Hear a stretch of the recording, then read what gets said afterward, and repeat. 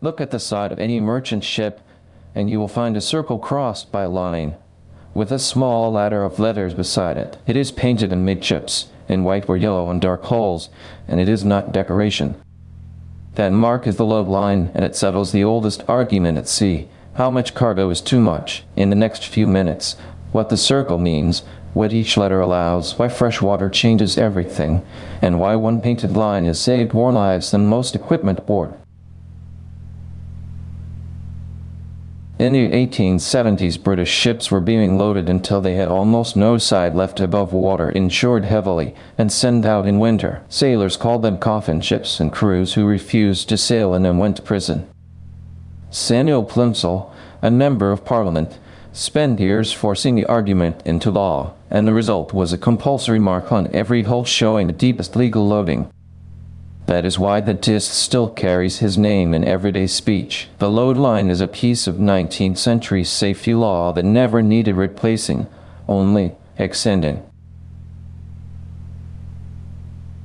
The mark itself is simple, a circle about 300 millimeters across, cut by a horizontal line through its center, and that center line is the summer load line, the deep as a ship may float in salt water in summer. Beside the circle are the initials of the authority that assigned it, one letter each side, so an inspector can see at a glance who surveyed the ship. Everything else on the hull is measured from that one line. Get the summer mark and you can derive the rest. Forward of the disc sits a small ladder of horizontal lines, each labeled from the top down: F for tropical fresh water, F for fresh water, T for tropical, S for summer, W for winter, and on some ships W and A, winter North Atlantic.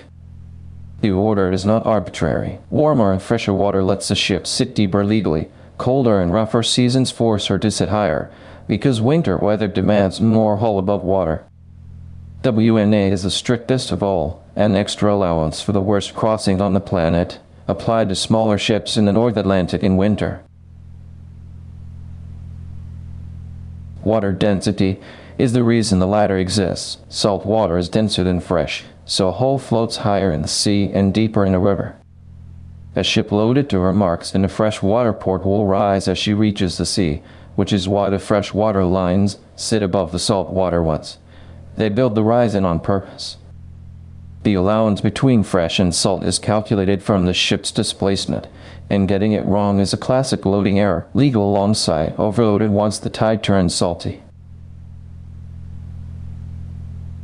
The distance from the water line up to the deck is freeboard, and it is not spare space. It is reserved buoyancy, the volume of hull that lifts the ship when a sea comes aboard. Take that away by overloading and the ship stops rising to waves and starts driving through them. Decks flood, stability falls, and a manageable gale becomes a foundering. That is the whole point of the mark. It is not a cargo limit written by accountants. It is the minimum amount of ship that must remain above water for her to survive weather. Examiners test load lines in 3 ways. Identification. Name every line on the ladder and state which is deepest and which is strictest. Calculation. The fresh water allowance, the change in draft between zones and seasons, and whether proposed loading is legal for the voyage ahead. And judgment, a ship legal in port that will cross this seasonal boundary mid-passage. Worked practice turns those into routine answers rather than a scramble.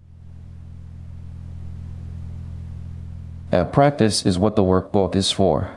The load line workbook with the disc, the ladder, the zones, and the fresh water allowance explained, then drills and worked answers throughout. The link is in the description, alongside the rest of the Talor Press Maritime Library. Respect the line, and the sea is far less to work with.